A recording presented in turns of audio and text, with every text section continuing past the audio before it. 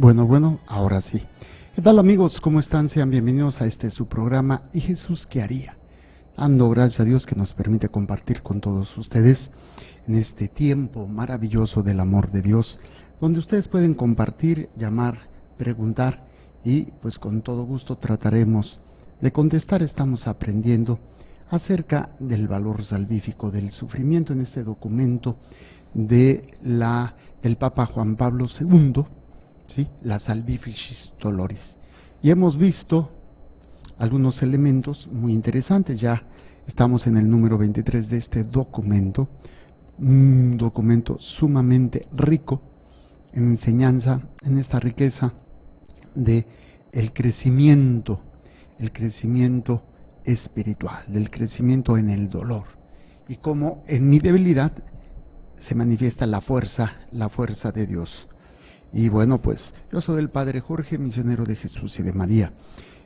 Pueden hacernos llegar preguntas a través de nuestra página de internet, que es montemaria.org/amor, a través también de lo que es este elemento que es las redes sociales: Jorge Zárraga, sacerdote, Misterio de Fe, o Montemaria Radio y Televisión. También tenemos en Denver, Colorado, área 720, 229-5642, 722-29-5642. Esa es los elementos que tenemos para que ustedes compartan con nosotros sus dudas, sus inquietudes y todo lo que con mucho gusto trataremos nosotros de aprender y de descubrir juntos. El último número que hemos visto fue el número 23. Lo terminamos, pero dijimos que íbamos a hacer un repaso un poquito de este número por la riqueza que teníamos. No es cierto, nos habíamos quedado en el número 24. En el número, a ver, déjeme checo, porque ya me quedé. No, sí es el 23. De la carta a los Unos leemos las palabras que constituyen casi la última etapa del itinerario espiritual. Ahora me alegro de mis padecimientos por vosotros y suplo en mí la carne lo que le falta a las tribulaciones de Cristo por su cuerpo, que es la iglesia. Y dice, ¿no sabéis que vos? No, sí es el 24. Entonces decía el número 24. Sin embargo, la experiencia del apóstol partícipe de los sufrimientos de Cristo va más allá. En la carta a los Colosenses leemos las palabras que constituye casi la última etapa del itinerario espiritual respecto al sufrimiento. San Pablo describe: ahora me alegro de mis padecimientos por vosotros y suplo en mi carne lo que le faltó a las tribulaciones de Cristo por su cuerpo, que es la iglesia. Y él mismo en otra carta pregunta a los destinatarios: ¿no saben que son cuerpos, que vuestros cuerpos son miembros de Cristo? Y decía, en el misterio pascual Cristo ha dado comienzo a la unión con el hombre en la comunión con la iglesia. O sea, hay una unión de Cristo con la iglesia, y es a través precisamente del misterio de la Pascua. Dice, el misterio de la iglesia se expresa en esto, que ya en el momento del bautismo, el misterio de la iglesia se expresa en esto, que ya en el momento del bautismo, que configura con Cristo y después a través de su sacrificio, sacramentalmente mediante la Eucaristía, la iglesia se edifica espiritualmente de modo continuo como cuerpo de Cristo. Fíjense, en el misterio pascual, cuando hablamos del misterio pascual de Cristo, hablamos de todo lo que él vivió, o sea, desde su encarnación, su vida, pero principalmente pasión, muerte y resurrección. Ese es el misterio pascual, ¿sí? Ha dado comienzo a la unión con el hombre en la comunidad de la iglesia. Gracias a esto, el hombre se inserta a este cuerpo, que es la iglesia, que es el cuerpo de Cristo, y siendo Cristo la cabeza. Este misterio de la iglesia se expresa en esto. Primero, en el bautismo que recibimos todos, nos configuramos con Cristo, o sea, tomamos la forma de Cristo, y ya después, a través de su sacrificio, o sea, de ese sacrificio de Cristo, y en este sacrificio de Cristo, que es sacramentalmente lo vivimos en la Eucaristía, La iglesia se edifica espiritualmente de modo continuo como cuerpo de Cristo. O sea, gracias al sacrificio de Cristo, la iglesia va creciendo, va madurando, va fortaleciéndose y se va edificando como este cuerpo de Cristo. En este cuerpo, Cristo quiere estar unido con todos los hombres. Y de modo particular, estar unido a los que sufren. Ya lo habíamos visto, cómo Cristo se une en este ámbito al sufrimiento de todos. Las palabras citadas de la carta a los Colosenses testimonian el carácter excepcional de esta unión. En efecto, el que sufre en unión con Cristo, como en unión con Cristo soporta sus tribulaciones, el apóstol Pablo no solo saca de Cristo aquella fuerza de la que se le ha hablado precedentemente, sino que completa con su sufrimiento lo que le falta a los padecimientos de Cristo. ¿De dónde le viene la fuerza a Pablo? No de sí, sino de sus debilidades. O sea, cuando yo sé que no tengo fuerza, busco en otro la fuerza que me hace falta. Entonces Pablo dice, yo me glorío de mis debilidades, porque en esas debilidades se manifiesta la gloria de Dios, la gloria de Cristo. Y aparte dice, y le pongo o le agrego lo que le faltó al padecimiento de Cristo. Y nos explicaba el Papa en este documento, en este marco evangélico se pone de relieve, de modo particular, la verdad sobre el carácter creador del sufrimiento. El sufrimiento de Cristo ha creado el bien de la redención del mundo. O sea, antes de Cristo el sufrimiento no servía para nada. El sufrimiento no era más que para salir huyendo y para tratar de evitarlo, porque no servía para nada. Pero a raíz del sufrimiento de Cristo hay una creación nueva. Se viene una nueva creación, ¿sí? Dice el que sufre en unión con Cristo, como unión con Cristo soporta sus tribulaciones, el apóstol Pablo no solo saca de Cristo aquella fuerza de la que ha hablado precedentemente, sino que completa su sufrimiento lo que falta a los padecimientos de Cristo. En este marco evangélico se pone de relieve, de modo particular, la verdad sobre el carácter creador del sufrimiento. De donde el sufrimiento no servía para nada, Cristo crea algo desde el sufrimiento. Y dice, el sufrimiento de Cristo ha creado el bien de la redención del mundo. Fíjense cómo cambia completamente la visión ahora de un cristiano. Cuando acepta a Cristo, cuando vive en Cristo, su sufrimiento puede ser unido al de Cristo, creador de salvación, de redención, de rescate. Yo les he usado mucho este ejemplo del océano inmenso que es Cristo y nuestra gota. Solo la gota no sirve para salvar para nada, pero unido al de Cristo, que es todo el océano, pues obviamente se da este elemento. Este bien en sí mismo inagotable e infinito, o sea, el bien de la redención no se agota, no se acaba. ¿Cómo lo sabemos? ¿Cuántas veces has pecado y cuántas veces se te ha perdonado? Así de fácil. Has pecado, la has regado y Dios no se cansa de perdonar. Entonces es inagotable, es infinito esta redención, este acto, ¿sí? Dice, en este marco evangélico se pone de relieve de modo particular la verdad sobre el carácter creador del sufrimiento. El sufrimiento de Cristo ha creado el bien de la redención del mundo. Este bien es en sí mismo inagotable e infinito. Ningún hombre puede añadirle nada, o sea, ya no se le puede poner más. Ya está todo el inmenso océano, ya no le podemos agregar más, ¿sí?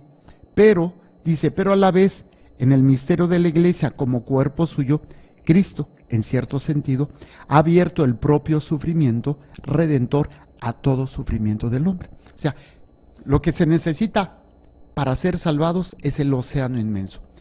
Si tú le pones una gota, no lo necesita el inmenso, el mar inmenso para salvarnos. Pero Dios se abre a que tú participes, tú contribuyas con tu sufrimiento a la salvación. No lo necesita, pero se abre a que tú seas partícipe de algo maravilloso. O sea, yo me he puesto un ejemplo. Imagínate, vas a comprarle un regalo a tu papá y tú pones 1 centavo y tu papá pone los $1000 que cuesta el regalo. Entonces, pues, ¿qué pones tú? Pues nada, pero él quita el centavo y te hace partícipe. Realmente ni siquiera lo va a ocupar el centavo, pero te hace partícipe de que tú compraste el regalo.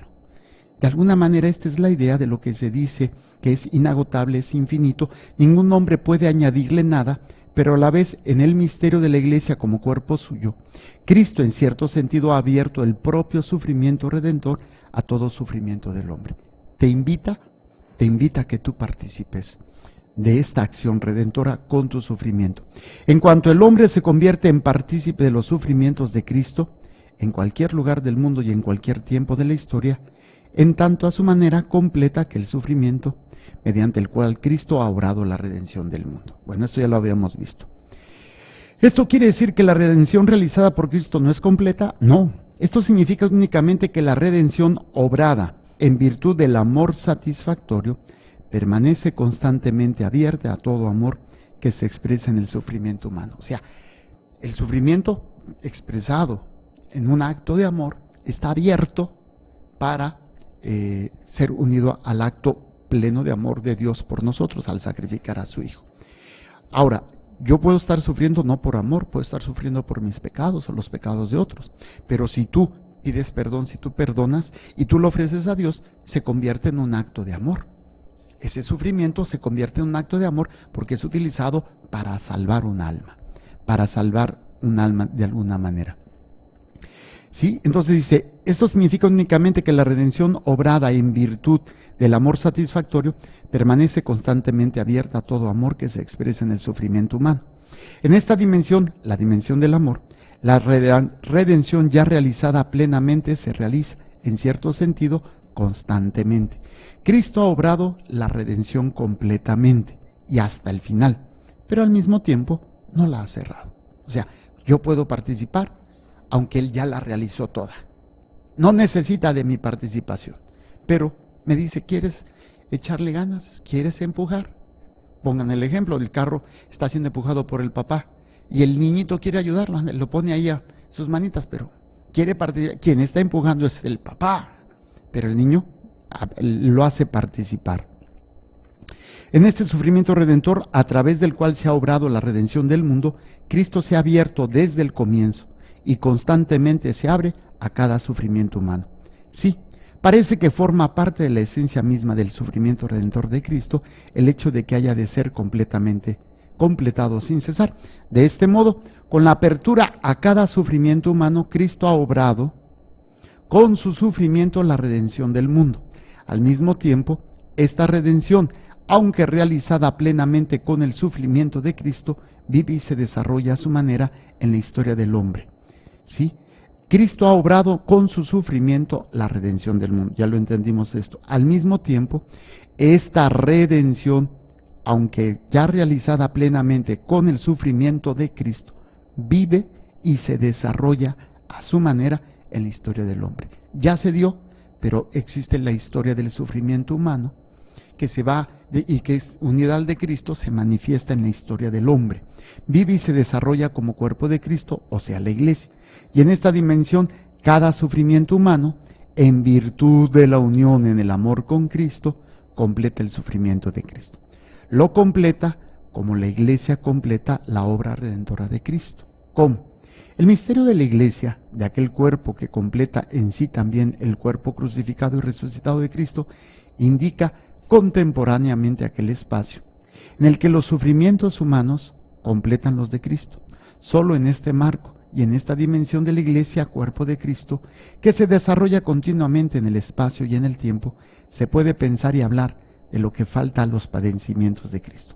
El apóstol, por lo demás, lo pone claramente de relieve cuando habla de completar lo que le falta a los sufrimientos de Cristo en favor de su cuerpo, que es la iglesia. O sea, ya entendimos que no es que le falte al sacrificio de Cristo o al sufrimiento de Cristo algo para ser salvados, no, pero se abre a esta dimensión del sufrimiento de cada ser humano a través de la historia unido al sufrimiento de Cristo. Precisamente la iglesia que aprovecha sin cesar los infinitos recursos de la redención, introduciéndola en la vida de la humanidad, es la dimensión en la que el sufrimiento redentor de Cristo puede ser completado constantemente por el sufrimiento del hombre. O sea, participa. Con esto se pone de relieve la naturaleza divino-humana de la Iglesia. El sufrimiento parece participar, en cierto modo, de las características de esta naturaleza, humana y divina. Por eso tiene igualmente un valor especial ante la Iglesia. Es un bien ante el cual la Iglesia se inclina con veneración, con toda la profundidad de su fe en la redención. Se inclina juntamente con toda la profundidad de aquella fe con la que abraza en sí misma el inefable misterio del cuerpo de Cristo. O sea, esto nada más fue para recordar lo que habíamos visto el último programa, en este número 24, ¿sí?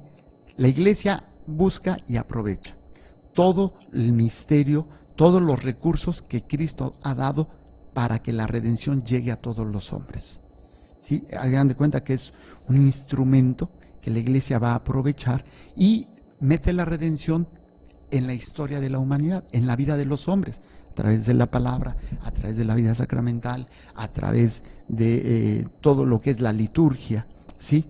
En donde se nos presenta que el sufrimiento de Cristo que nos ha salvado, ¿sí? Puede aceptar, puede invitar al sufrimiento de cada uno de nosotros para que tenga un valor. O sea, se le da un valor ahora al sufrimiento que antes de Cristo pues no servía de nada. Esa es la riqueza que tiene la Iglesia, de poder ayudar a aquellos que están padeciendo a que encuentren un sentido y un valor en sus vidas. Y esto es lo que la Iglesia, como nos presenta el Papa, dice, es un bien ante el cual la Iglesia se inclina con veneración. O sea, no es sacarle la vuelta a este sufrimiento, sino aprovechándolo.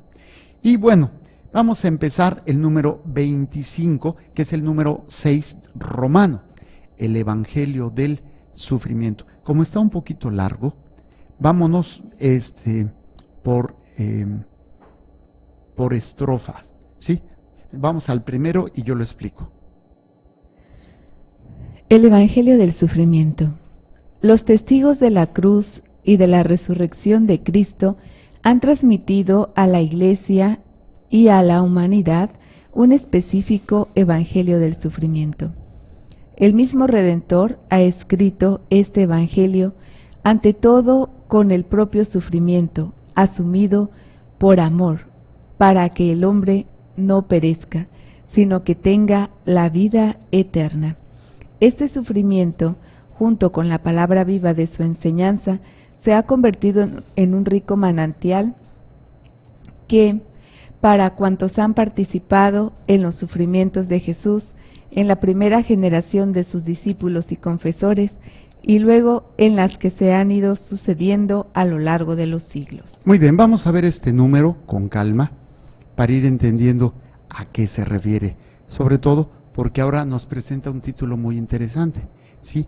El Evangelio del Sufrimiento. O sea, ¿cómo puede haber, si entendemos la palabra Evangelio del Sufrimiento, pues ya hay una incoherencia, aparentemente, porque el Evangelio es buena nueva, y luego sufrimiento, pues ¿cómo puede ser una buena nueva cuando hay sufrimiento?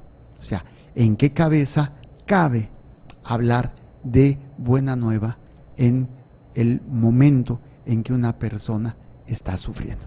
Bueno, esto es lo que vamos a tratar de entender. Entonces dice, los testigos de la cruz y de la resurrección de Cristo han transmitido a la Iglesia y a la humanidad un específico Evangelio del Sufrimiento. O sea, no viene la resurrección sin antes pasar por la pasión. Hasta se dice de alguna manera medio característica, ¿no? Que hay gente que quiere, ¿cómo se llama? Quiere estar en el domingo de Ramos sin pasar por la pasión y llegar al domingo de la resurrección. Y obviamente, pues no es posible, ¿sí? Entonces dice, han transmitido a la Iglesia y a la humanidad un específico Evangelio del Sufrimiento. El mismo Redentor ha escrito este Evangelio ante todo con el propio sufrimiento asumido por amor. O sea, Jesucristo es el que ha transmitido este Evangelio. Y va a ser muy interesante, ¿sí? Por amor, para que el hombre no perezca, sino que tenga vida eterna. Y esto nos manda a Juan 3:16, tanto amó a Dios al mundo que envió a su Hijo para que todo el que crea en Él no perezca, sino que tenga vida eterna. Este sufrimiento, junto con la palabra viva de su enseñanza, entonces aquí hay otro elemento que le va a ayudar al hombre para que el sufrimiento no tome por completo el control de nosotros. Y es precisamente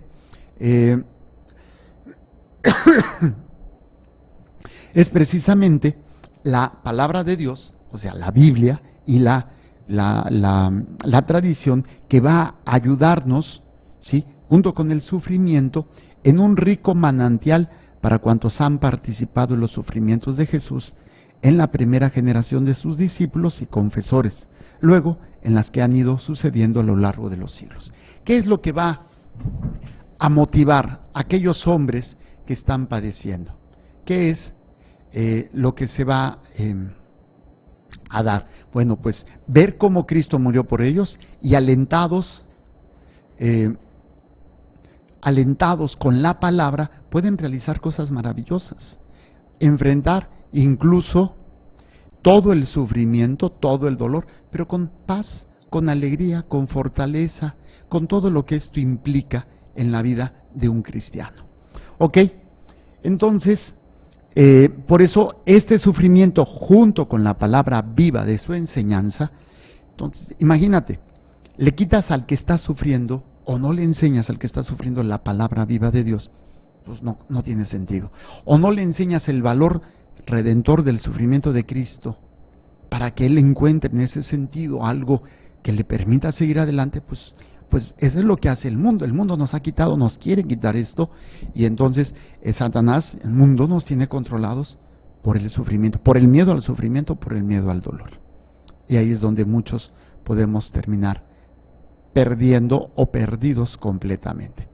Muy bien, entonces, siguiendo con esto, quiere darnos la siguiente estrofa, por favor.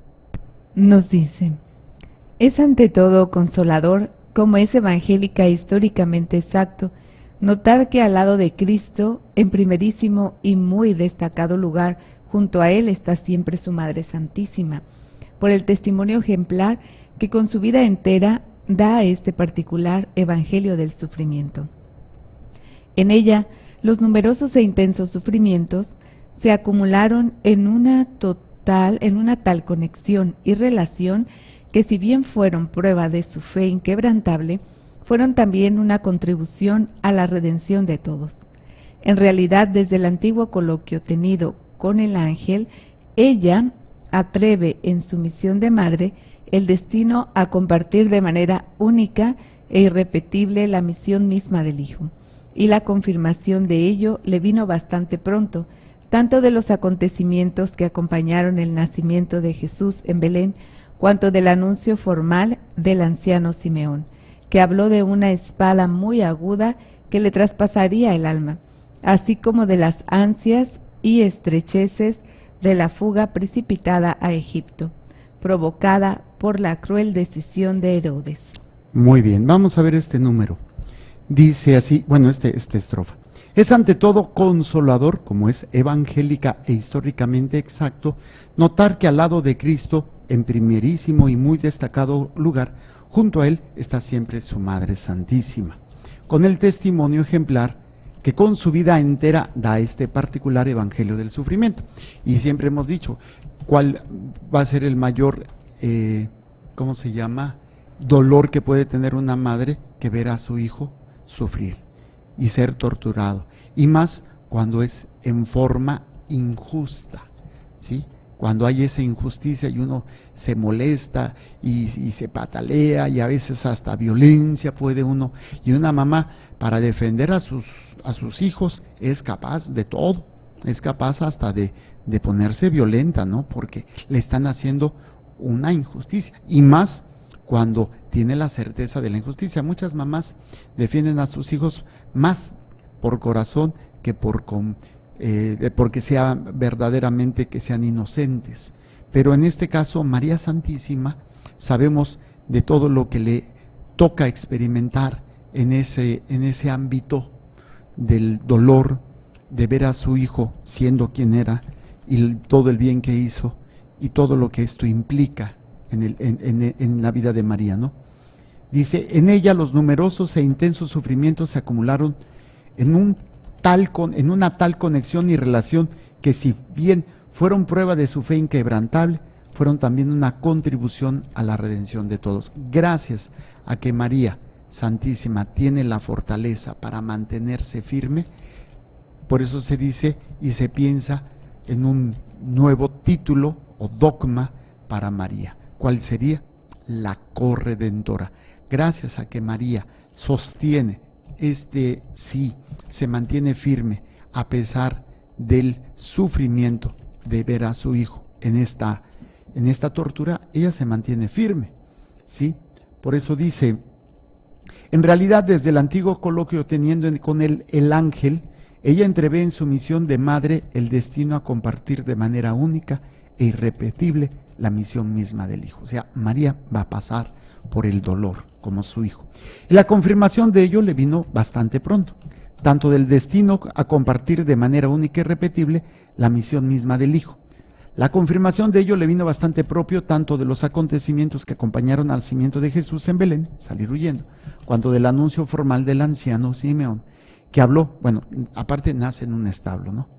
Simeón, que habló de una espada muy aguda que le traspasaría el alma, así como las ansias y estrecheces de la fuga que se da de Egipto, provocada por la persecución de Herodes. Entonces, este elemento que va a ser muy importante. Muy bien, vemos entonces en María aquella que participa, aquella que quiere en ese sí hacer algo maravilloso en este elemento. Muy bien, ¿nos quiere leer la siguiente estrofa, por favor? Más aún, después de los acontecimientos de la vida oculta y pública de su Hijo, indudablemente compartidos por ella con aguda sensibilidad, fue en el Calvario donde el sufrimiento de María Santísima junto al de Jesús alcanzó un vértice ya difícilmente imaginable en su profundidad desde el punto de vista humano, pero ciertamente misterioso y sobrenaturalmente fecundo para los fines de la salvación universal. Su subida al Calvario, su estar a los pies de la cruz junto con el discípulo amado, fueron una participación del todo especial en la muerte redentora del Hijo, como por otra parte las palabras que pudo escuchar de sus labios fueron como una entrega solemne de este típico evangelio que hay que anunciar a toda la comunidad de los creyentes. Muy bien. Dice, más aún después de los acontecimientos de la vida pública de su Hijo, estamos hablando de María, indudablemente compartidos por ella con aguda sensibilidad, fue en el Calvario donde el sufrimiento de María Santísima junto al de Jesús alcanzó un vértice ya difícilmente imaginable en su profundidad desde el punto de vista humano. O sea, repito, el dolor más grande que puede tener una madre es ver sufrir, ver morir a su hijo. Y muchos, desgraciadamente, no están entrenados a esto. ¿Y qué es lo que ocasiona? Que los hijos no sean capaces de enfrentar el dolor y el sufrimiento, porque lo primero que hacen los papás es evitarles el dolor, hacer cualquier cosa con tal de que sus hijos no sufran. Muy bien, dice, su subida al Calvario, junto alcanzó un vértice ya difícil imaginable en su profundidad desde el punto de vista humano, pero ciertamente misterioso y sobrenaturalmente fecundo para los fines de la salvación universal. O sea, era necesario para que el hombre se pudiera salvar. Luego dice más adelante, su subida al Calvario, su estar a los pies de la cruz junto con el discípulo amado, fueron una participación del todo especial en la muerte redentora del Hijo. O sea, María tuvo que ser fuerte, ver su sufrimiento, ver su propio sufrimiento y el sufrimiento de su hijo. Yo les he dicho a muchas mamás que desgraciadamente lo que sucede es que piensan más en ellas que en sus hijos. Si supieran sus hijos todo lo que puede, si supieran las mamás todo lo que le pueden ayudar a sus hijos, enseñándoles a vivir ese momento de dolor y no rajarse, todo lo que pueden ellos alcanzar y todas las bendiciones que van a hacer, las mamás no serían tan cerradas a aceptar que sus hijos caminen el sufrimiento y que no quieran, ¿cómo se llama?, solucionarles todas esas situaciones de dolor, de tristeza, de miedo, pues sí, que a veces lleva al hombre, a los papás, a hacerles mucho más daño. Por eso dice, en este ámbito, su subida al Calvario, su estar a los pies de la cruz junto con el discípulo amado, fueron una participación del todo especial en la muerte redentora del Hijo. Como otra parte, las palabras que pudo escuchar de sus labios fueron como una entrega solemne de este típico evangelio que hay que anunciar a toda la comunidad de los creyentes. Muy bien, siga con las dos siguientes estrofas, al fin son cortitas, por favor. Es la de... Testigo y a la luz. Sí. Testigo de la pasión de su Hijo con su presencia y partícipe de la misma con su compasión, María Santísima ofreció una aportación singular al Evangelio del Sufrimiento, realizando por adelantado la expresión paulina citada al comienzo. Ciertamente, ella tiene títulos especialísimos para poder afirmar lo de completar en su carne, como también en su corazón, lo que falta a la pasión de Cristo. A la luz del incomparable ejemplo de Cristo, reflejado con singular evidencia en la vida de su madre, el Evangelio del Sufrimiento a través de la experiencia y la palabra de los apóstoles se convierte en fuente inagotable para las generaciones siempre nuevas que se suceden en la historia de la Iglesia. El Evangelio del Sufrimiento significa no solo la presencia del sufrimiento en el Evangelio como uno de los temas de la Buena Nueva, sino además la revelación de la fuerza salvadora y del significado salvífico del sufrimiento en la misión mesiánica de Cristo y luego en la misión y en la vocación de la Iglesia. Muy bien, vamos a ver estos números, ¿a qué se refiere? Testigo de la pasión de su Hijo con su presencia y partícipe de la misma con su compasión. María no es pasiva de nada más contemplar, ella participa con su presencia y está ahí al pie del cañón y hay esa compasión para esos corazones que han dañado, que han torturado, que han asesinado a su propio Hijo. Y dice que María Santísima ofreció una aportación singular al Evangelio del Sufrimiento. O sea, María, repito, no es pasiva ante el sufrimiento de su Hijo. Pasiva, así como que cayéndose de lástima, de compasión o de odio por lo que le ha pasado. No, María se une al sufrimiento de su Hijo. Sí, dice, realizando por adelantado la expresión paulina citada al comienzo, ciertamente. Ella tiene títulos especialísimos para poder afirmar lo de completar en su carne, como también en su corazón, lo que le falta a la pasión de Cristo. Dice, a la luz del incomparable ejemplo de Cristo, reflejado con singular evidencia en la vida de su madre, el Evangelio del Sufrimiento a través de la experiencia y palabras de los apóstoles se convierte en fuente inagotable para las generaciones siempre nuevas que se suceden en la historia de la Iglesia. El Evangelio del Sufrimiento significa no solo la presencia del sufrimiento en el Evangelio, como uno de los temas de la Buena Nueva, sino además la revelación de la fuerza salvadora y del significado salvífico del sufrimiento en la misión mesiánica de Cristo y luego en la misión y en la vocación de la Iglesia. Entonces, el sufrimiento en la vida de la Iglesia y en la vida de todo cristiano es un elemento que estará ahí siempre presente y que no podemos quitar y que tenemos que aprender a entender, a asimilar y a sacarle provecho para nosotros entenderlo y pues no dejarnos vencer por Satanás. Ahora sí quiere leernos la siguiente estrofa. Cristo no escondía. Cristo no escondía a sus oyentes la necesidad del sufrimiento.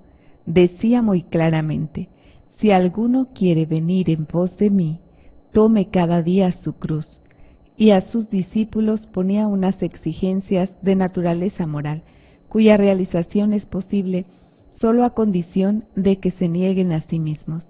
La senda que lleva al reino de los cielos es estrecha y angosta. ¿Augusta o angustia? Angosta. Sí. Y Cristo la contrapone a la senda ancha y espaciosa, que sin embargo lleva a la perdición. Varias veces dijo también Cristo que sus discípulos y confesores encontrarían múltiples persecuciones. Esto, como se sabe, se verificó no solo en los primeros siglos de la vida de la Iglesia bajo el Imperio Romano, sino que se ha realizado y se realiza en diversos periodos de la historia y en diferentes lugares de la tierra, aún en nuestros días. Muy bien. Dice, Cristo no escondía a sus oyentes la necesidad del sufrimiento. Óiganlo bien, y esto va para todos nosotros que nos decimos sacerdotes o que nos decimos cristianos. Sí, Cristo no escondía la necesidad del sufrimiento. En ningún momento dice, no, pobrecitos, que no padezcan, que no sufran, que no les pase nada. No, Cristo quiere y invita a sus discípulos a participar del sufrimiento, a ser conscientes de este papel, de esta necesidad, de esta participación del amor inmenso, del amor de Cristo por nosotros.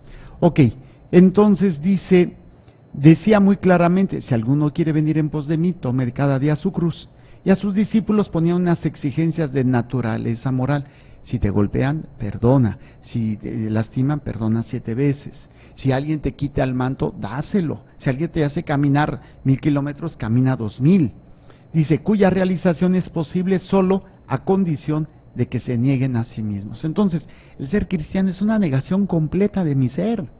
Déjense de que el ser cristiano es un protagonismo, porque yo canto, porque yo predico, porque yo voy y hago esto. No, es una continua negación.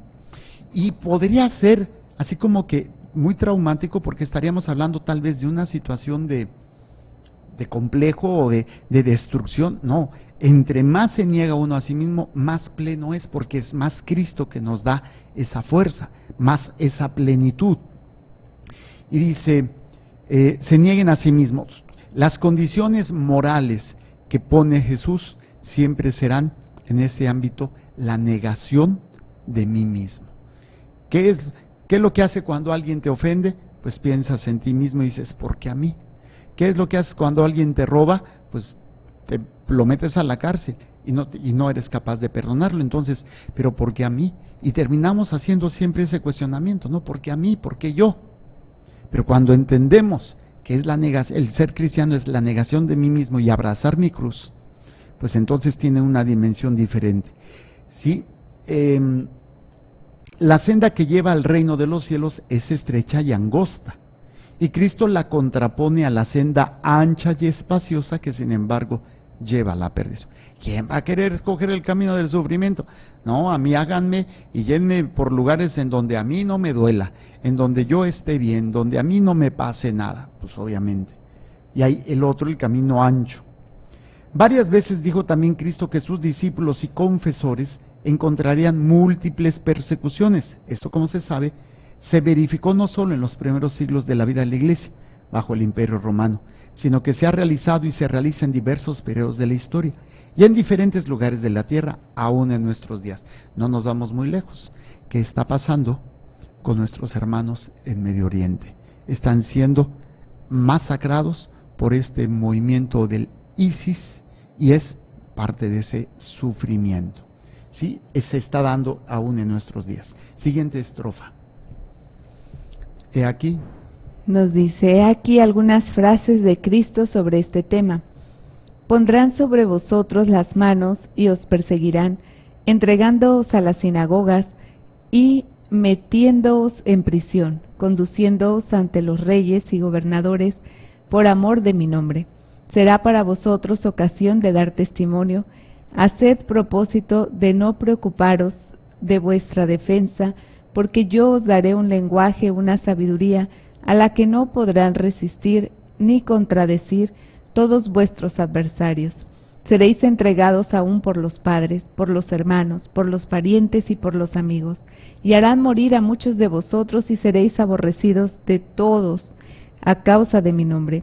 Pero no se perderá ni un solo cabello de vuestra cabeza.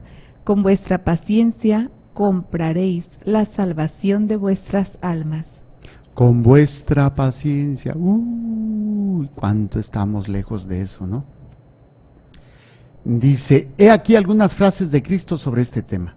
Pondrán sobre ustedes las manos y los perseguirán, entregándolos a las sinagogas, metiéndolos en prisión, conduciéndolos ante reyes, gobernadores, por amor de mi nombre. Será para ustedes ocasión de dar testimonio. Haced propósito de no preocuparse de su defensa, porque no les daré un lenguaje y una sabiduría a la que no podrán resistir ni contradecir todos sus adversarios. O sea, todo este pasaje de Lucas 21, 12 al 19. Siga con el siguiente pasaje, con la siguiente estrofa, por favor. El Evangelio del Sufrimiento. El Evangelio del Sufrimiento habla ante todo en diversos puntos del sufrimiento por Cristo a causa de Cristo, y eso lo hace con las palabras mismas de Cristo, o bien con las palabras de sus apóstoles. El Maestro no esconde a sus discípulos y seguidores la perspectiva de tal sufrimiento, al contrario, lo revela con toda franqueza, indicando contemporáneamente las fuerzas sobrenaturales que les acompañarán en medio de las persecuciones y tribulaciones por su nombre. Estas serán en conjunto como una verificación especial de la semejanza a Cristo y de la unión con Él. Si el mundo os aborrece, sabed que me aborreció a mí primero que a vosotros, pero porque no sois del mundo, sino que yo os escogí del mundo. Por esto el mundo os aborrece. No es el siervo mayor que su señor. Si me persiguieron a mí, también a vosotros os perseguirán. Pero todas estas cosas haránlas con vosotros por causa de mi nombre, porque no conocen al que me ha enviado. Esto es lo que he dicho, para que tengáis paz en mí. En el mundo habéis de tener tribulación, pero confiad, yo he vencido al mundo. Muy bien. Ok, el Evangelio del Sufrimiento habla ante todo en diversos puntos del sufrimiento por Cristo a causa de Cristo. O sea, ¿cuál es la diferencia? Que yo puedo hacer mi sufrimiento por mi pecado, por mi error, por Cristo. O sea, cuando lo ofrezco, lo uno. Y esto lo hace con las palabras mismas de Cristo, o bien con las palabras de sus apóstoles. El Maestro no esconde a sus discípulos y seguidores la perspectiva de tal sufrimiento. Al contrario, lo revela con toda franqueza, indicando contemporáneamente las fuerzas sobrenaturales que les acompañarán en medio de las persecuciones y tribulaciones por su nombre. Estas serán en conjunto como toda verificación especial de la semejanza a Cristo y de la unión con Él. Si el mundo os aborrece, sepan que me aborreció a mí primero que a ustedes. Pero porque no son del mundo, sino que os escogí del mundo, por esto el mundo los aborrece. Y ahí nos está hablando del pasaje de Juan 15, 18 al 21. Y luego Juan 16, 33. Esto es lo dicho para que tengan paz en mí.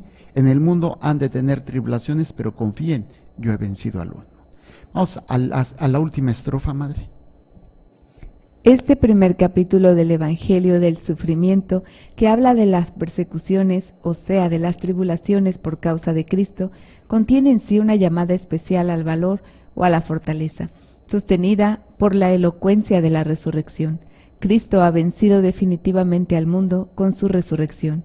Sin embargo, gracias a su relación con la pasión y la muerte, ha vencido al mismo tiempo este mundo con su sufrimiento.